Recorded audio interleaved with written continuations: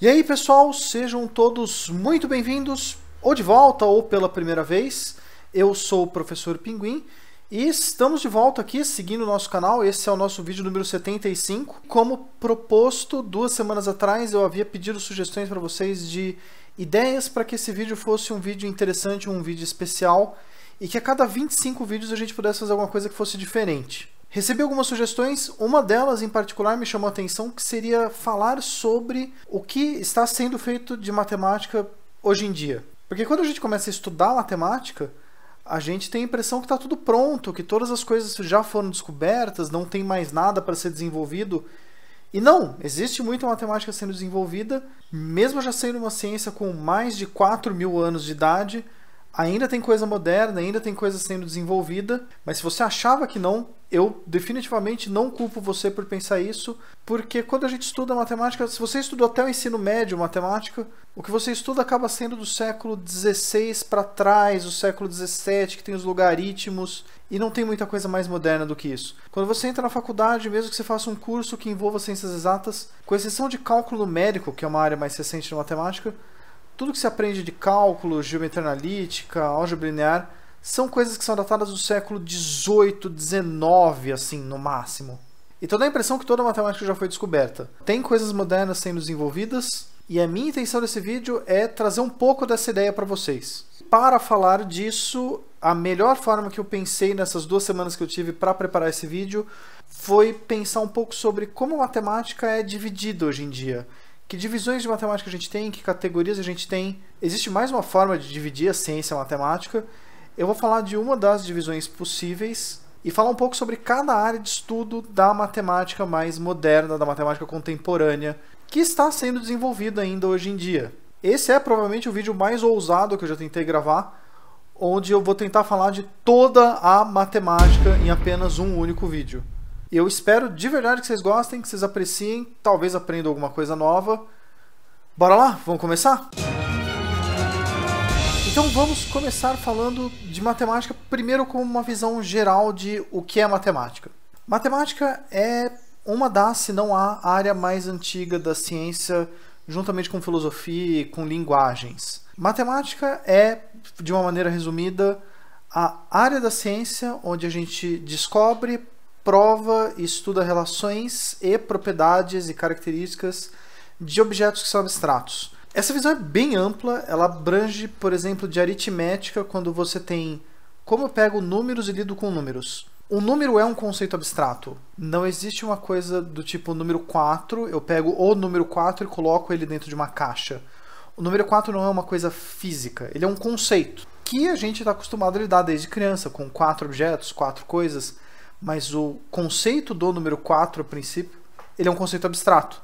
E a gente sabe como lidar com ele, isso graças à matemática. A gente sabe somar, subtrair, operar, entender mesmo o significado dele, mesmo ele não existindo fisicamente no mundo real. E isso também abrange geometria, triângulos, círculos, quadrados, formas geométricas. E a matemática lida com todas essas coisas e as relações entre elas. A diferença principal de matemática para ciências físicas, como física, química, biologia, que é aquilo que hoje em dia no Enem o pessoal chama de ciências da natureza, é o fato de que nas ciências físicas você parte da experimentação. Você vê um fenômeno acontecendo, você faz teorias para entender como ele funciona e depois você aplica experimentos para verificar que realmente aquela sua teoria é válida. Na matemática, os resultados são obtidos principalmente através de reflexão e processos lógicos, já que os objetos matemáticos você não consegue fisicamente criar eles e fazer experimentos com eles. Embora na matemática a gente possa fazer experimentos que são úteis, mas a teoria matemática é desenvolvida através de raciocínio lógico e reflexão. Os experimentos eles dão indícios de teorias, mas eles não provam as teorias em matemática. Algumas áreas da matemática são desenvolvidas justamente por causa das aplicações.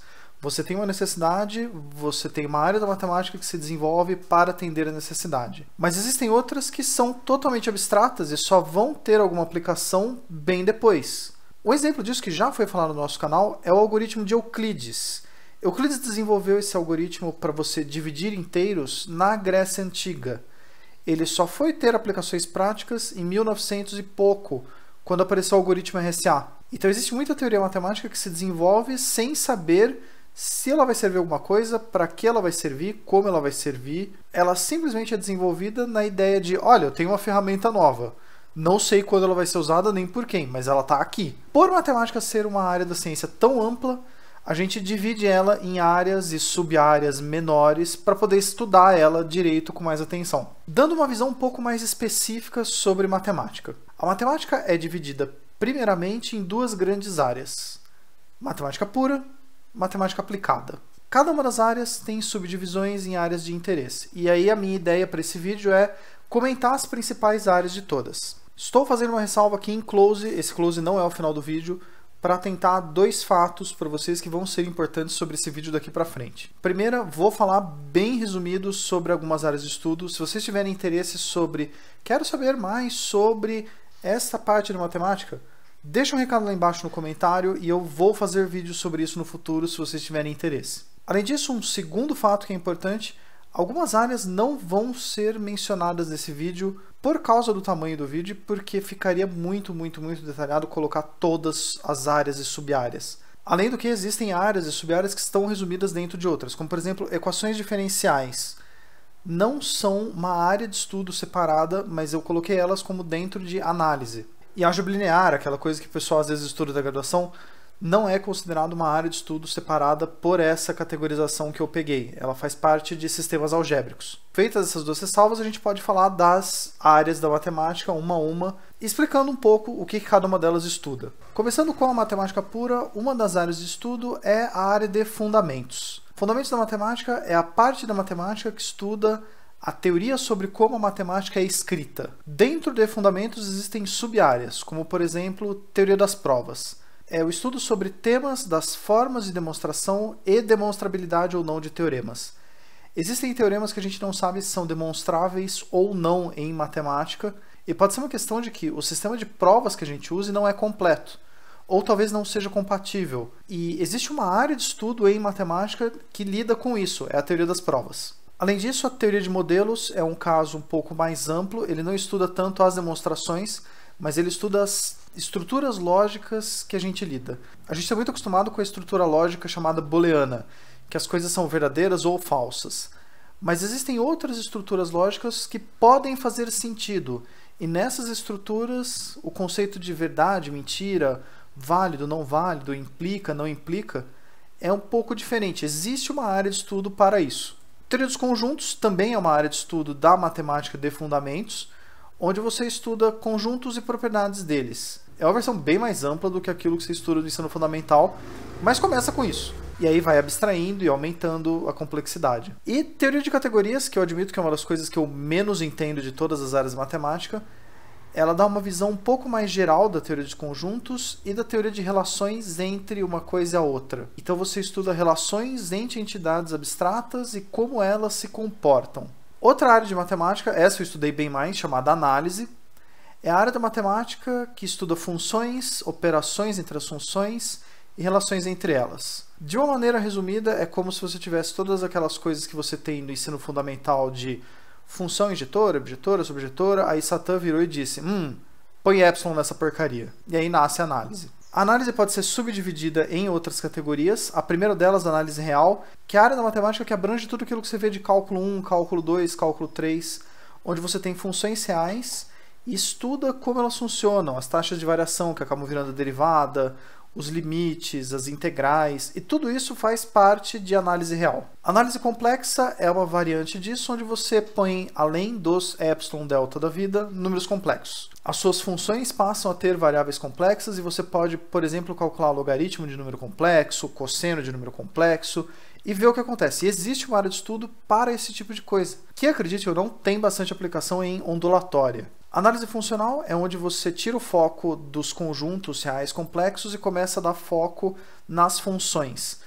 Você vê como as funções se comportam dentro de espaços vetoriais. E uma outra área importante da análise é a teoria da medida, onde você tem o estudo de distâncias, áreas, volumes, ângulos, não só entre números reais, mas como entre entidades abstratas. Outra área de estudo da matemática é a álgebra. Álgebra é a parte que você estuda as estruturas que começam com conjuntos, números, as propriedades e vai tentando abstrair para coisas mais gerais. Uma área específica de estudo de álgebra que eu acho interessante é teoria de ordem. Eu tenho programado vídeos para falar um pouco sobre isso.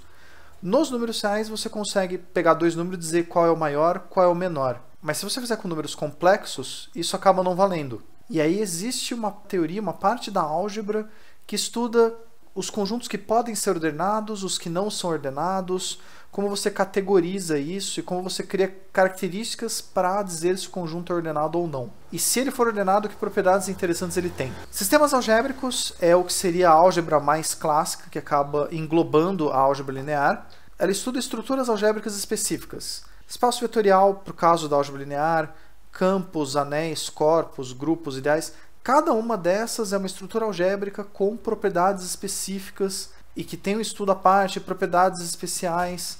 E acaba sendo interessante porque se você sabe que um campo tem determinada característica e o seu conjunto é um campo, ele acaba herdando todas as características disso.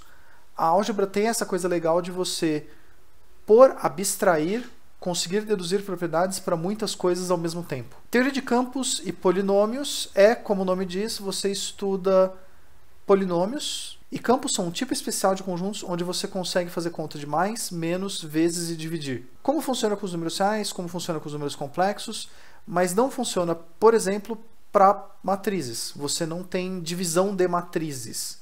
Você não tem multiplicação de matrizes se o tamanho for diferente, ou soma de matrizes quaisquer se os tamanhos das matrizes forem diferentes. Outra área de estudo interessante da matemática é a teoria dos números.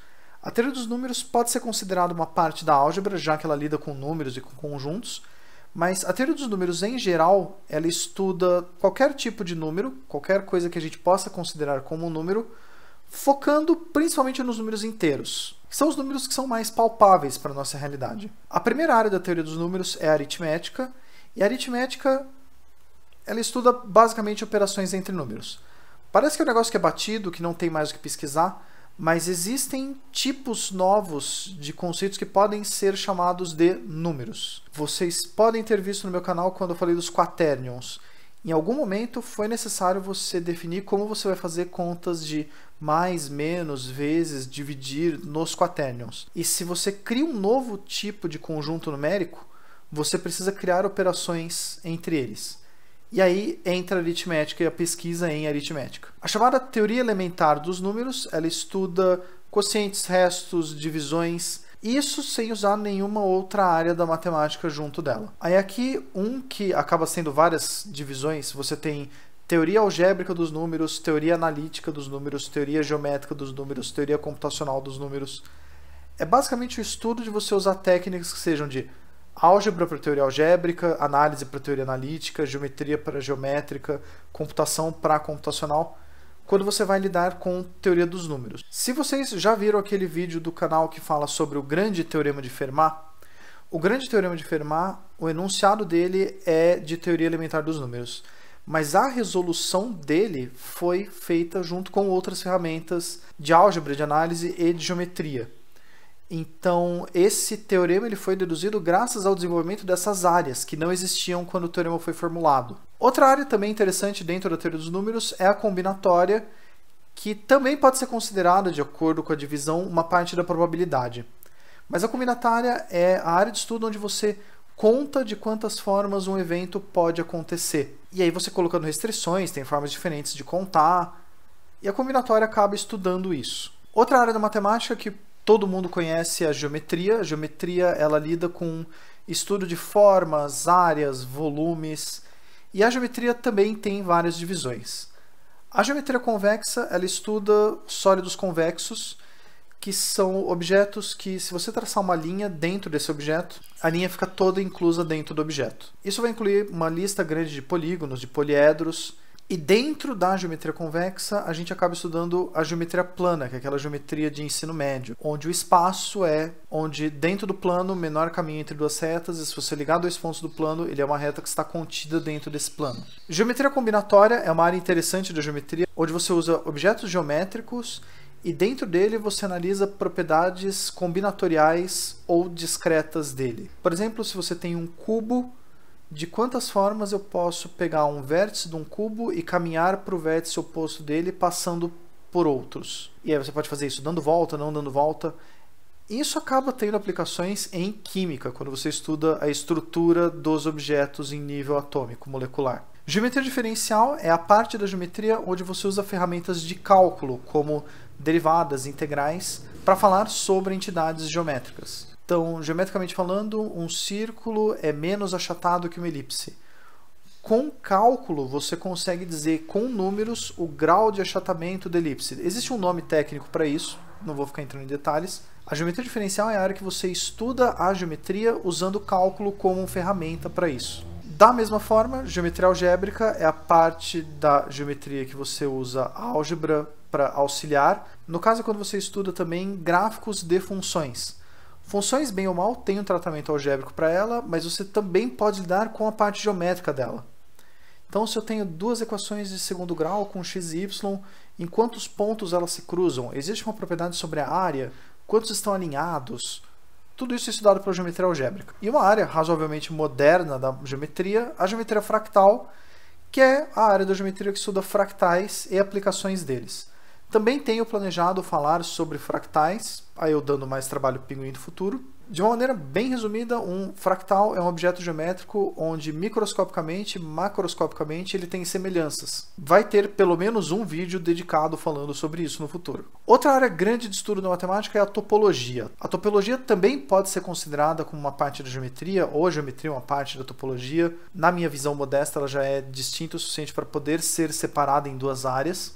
A topologia ela é diferente da geometria porque você estuda o espaço de uma forma que, se ele fosse deformado de uma maneira contínua, se ele pudesse ser modelado como se ele fosse feito de massinha de modelar, quais características se preservam ou não. O exemplo mais clichê de topologia é quando eles falam que uma rosquinha é igual a uma xícara, porque você pode pegar uma rosquinha de massa de modelar, por ela ter um furo no meio, você transforma ela numa xícara que também tem um furo. A topologia pode ser subdividida em áreas. A primeira, chamada topologia geral ou topologia clássica, é onde você estuda essas definições mesmo de deformação de espaço, o que eu posso fazer e não posso fazer para manter o meu objeto como sendo o mesmo, o que é chamado de espaço topológico, que é o equivalente ao espaço vetorial era para a álgebra, o espaço topológico é para a topologia. Topologia algébrica é quando você pega a topologia, mistura com a álgebra e usa ferramentas de álgebra na topologia ou ferramentas de topologia na álgebra. Topologia diferencial, como o nome diz, é você fazer o estudo de espaços topológicos e funções que sejam contínuas diferenciáveis, e aí você usa ferramentas de cálculo dentro da topologia, dentro dos espaços topológicos. E aqui uma outra área de estudo que acaba não tendo um nome oficial, eu tomei a liberdade de botar um nome aqui entre aspas, matemática humana, que seria a parte da matemática em que você mistura a matemática com ciências chamadas ciências humanas. Uma área que eu acredito que vocês gostem, pelos comentários que vocês me dão no canal, é a história da matemática. A matemática, sendo uma ciência de alguns milênios, você ver o estudo dos matemáticos anteriores, a forma de raciocínio deles, que coisas motivaram eles a fazerem descobertas, ajuda muito a gente a entender formas diferentes de pensar e o que o pessoal tinha na época de dificuldade, o que a gente tem hoje, o que a gente pode usar para fazer a mais e contribuir mais com o que os outros fizeram.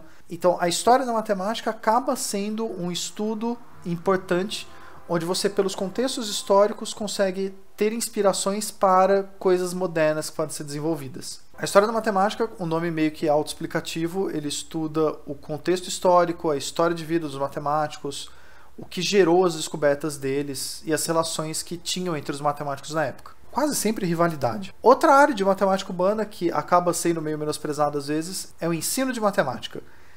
Existem estudos sobre qual é a melhor forma de você ensinar matemática, quais técnicas de ensino você usa, e existem estudos sobre isso, formas de você ensinar, transmitir conhecimento.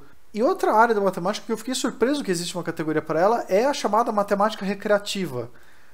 É uma área da matemática que você tem quebra-cabeças, puzzles, sudoku, anedotas matemáticas, mesmo histórias que você conta com um fundo matemático no fundo, arte usando geometria, arte usando fractais, tudo isso faz parte do chamado matemática recreativa, que acaba sendo a porta de entrada para as pessoas terem interesse em matemática.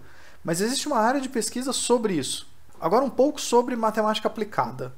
Uma das áreas de estudo da matemática aplicada é a probabilidade. Probabilidade, você estuda fenômenos que são aleatórios, que você não consegue determinar com 100% de certeza como ele acontece. Dentro da probabilidade existe a chamada probabilidade geral ou probabilidade básica, onde você cria modelos que tentam prever qual a chance de um fenômeno acontecer ou não, ou onde ele tem mais chance de acontecer. Uma outra área chamada processos estocásticos, ela acaba sendo uma versão mais difícil, onde você tenta fazer análises de probabilidade com coleções de variáveis ao invés de uma variável por vez. O que inclui, por exemplo, se você tem um fenômeno aleatório que acontece em distintos intervalos de tempo e você tenta fazer regressões para tentar prever quando é a próxima vez que ele acontece. A estatística é uma outra sub-área de probabilidade, é a parte onde você estuda mais a forma de coleta de dados, de uso dos dados, de descrição dos dados, sobre populações, sobre indivíduos, sobre fenômenos. Então a estatística é mais sobre como você analisa os dados do que sobre como você gera novos dados. Uma outra área que eu posso talvez cutucar na ferida de alguém são as ciências computacionais. Antigamente, ciência da computação era um ramo da matemática, ele acabou crescendo e se emancipando e virando uma própria coisa chamada ciência da computação. Ainda existe dentro da matemática a chamada matemática computacional, que são as áreas da matemática que estudam enfoques com aplicações computacionais ou estudam na computação coisas que você pode fazer para resolver problemas de matemática. Acaba sendo uma área que faz os dois. Dentro disso, uma parte interessante é chamada análise numérica, que é o que engloba aquilo que na graduação o pessoal chama de cálculo numérico. A análise numérica, ela cria, estuda e analisa algoritmos, métodos para você resolver problemas que não dá para resolver exatamente. No nosso canal a gente já falou algumas vezes sobre isso, uma delas que eu me lembro bem é o método de Euler para resolver equação diferencial. Existem algumas equações que não têm solução analítica, que você não consegue descrever uma função com a resposta. Mas existem métodos computacionais que chegam no resultado aproximado num tempo curto. E aí a análise numérica acaba estudando esse tipo de coisa. Métodos que você usa algoritmos para chegar em resultados aproximados para problemas que não podem ser resolvidos exatamente. Outra área é a álgebra computacional, que também pode ser chamada de computação simbólica. Ela estuda programas e algoritmos e processos computacionais para você fazer contas com símbolos. Um exemplo rápido disso em computação é mais fácil você fazer integrais aproximadas do que derivadas aproximadas. Porque numa derivada você divide por um número muito pequeno e computacionalmente isso dá muito problema. Em computação simbólica, usando símbolos, derivar é muito mais fácil do que integrar. E aí a álgebra computacional ela é uma ferramenta que analisa essa coisa de se eu encarar a função seno como sendo um símbolo, seno, ao invés de um número, seno de algum ângulo. Como eu entendo isso? Como eu lido com isso? A álgebra computacional trabalha com esse tipo de problema. E uma outra área de estudo é a chamada otimização.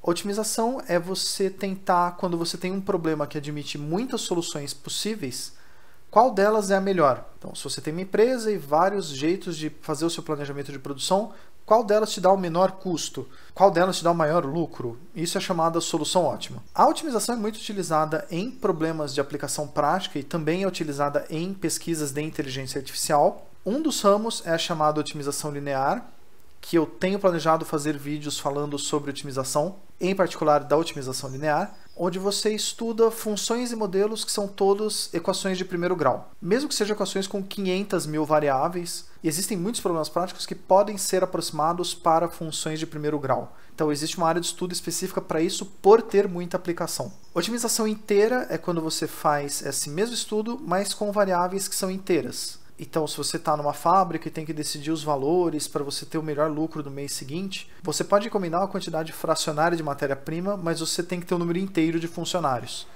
E as variáveis inteiras exigem um tratamento diferente. Também vai ter vídeo sobre isso no futuro. E a otimização não linear é onde a gente estuda as funções que não conseguem se aproximar por uma linha reta. E aí você tem funções com graus estranhos, e aí todos os algoritmos precisam de um tratamento específico. Para essas funções que são não lineares, você tem uma área de estudo chamada otimização não linear. E aqui um modesto diagrama resumo de tudo que a gente falou nesse vídeo. A gente tem a matemática, grande área da ciência, e aí ela é subdividida em dois grandes ramos, matemática pura, matemática aplicada. Cada ramo é dividido em mais subdivisões de pesquisa, e cada um desses ramos é subdividido em outras áreas de pesquisa. E aqui eu estou pegando leve com vocês porque eu não falei, por exemplo, de matemática biológica, matemática física. Existem outros que ficaria muito grande colocar nesse vídeo. E agora a gente precisa pensar em alguma coisa para preencher esse espaço que está aqui. Por exemplo, com o Luke, o cachorro do trovão. E aí, Luke, gostou do vídeo até agora? Tem alguma pergunta pra gente? Professor Pinguim, quais áreas você já estudou? Bom, se eu for usar a magia da edição para dar uma ideia básica, essas bolinhas e quadradinhos pintados representam as coisas que eu estudei um pouco mais a fundo. E usando mais magia da edição, essas são as que eu estudei não tão a fundo em algum momento da minha vida. Que acaba sendo uma das vantagens de eu ter feito 3 graduações e nenhum doutorado, é o fato de que eu pude ter a chance de estudar um pouco sobre muitas coisas, em vez de ter estudado muito sobre poucas coisas.